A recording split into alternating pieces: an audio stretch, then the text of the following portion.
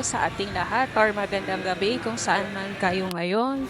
So for today's video po, gusto ko lang po i-share yung experience ko po sa aking medical.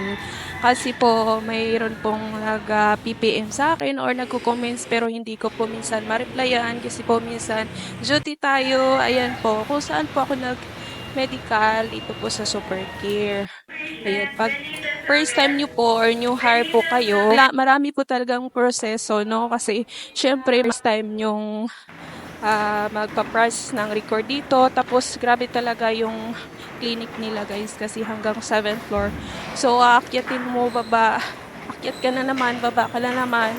So yung first step pa nila, doon pa sa kabilang building which is pinakita ko po sa pinakauna na video nito.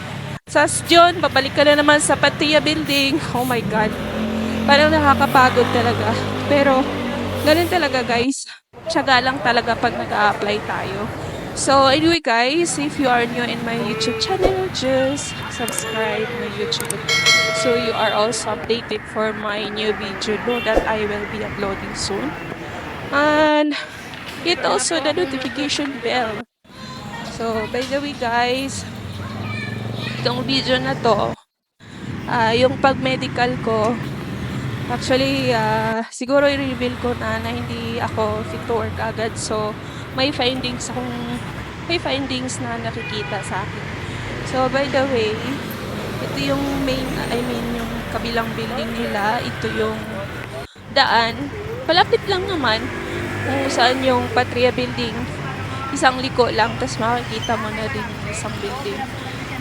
So, ayan. Hinihingal ako kasi while nag-voice over ako dito, naglalakad ako. So, kasi sa room namin guys, nakakahiyang mag-voice over. Iba talaga pag ikaw lang talaga mag-isa. So, ayan lang po. Ay. So, kung may mga tanong pa po kayo, so comments na lang po.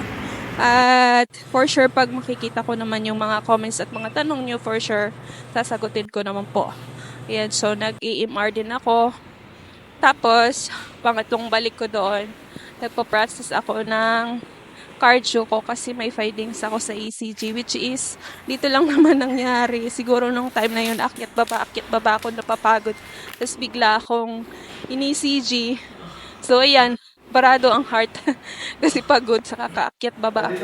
So, I hope na magiging okay na yung medical natin. I swear to God, pagod na ako guys. Sa totoo lang. Pero, andyan na eh.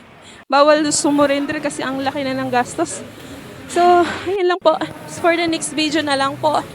Thanks for watching. God bless everyone. Bye!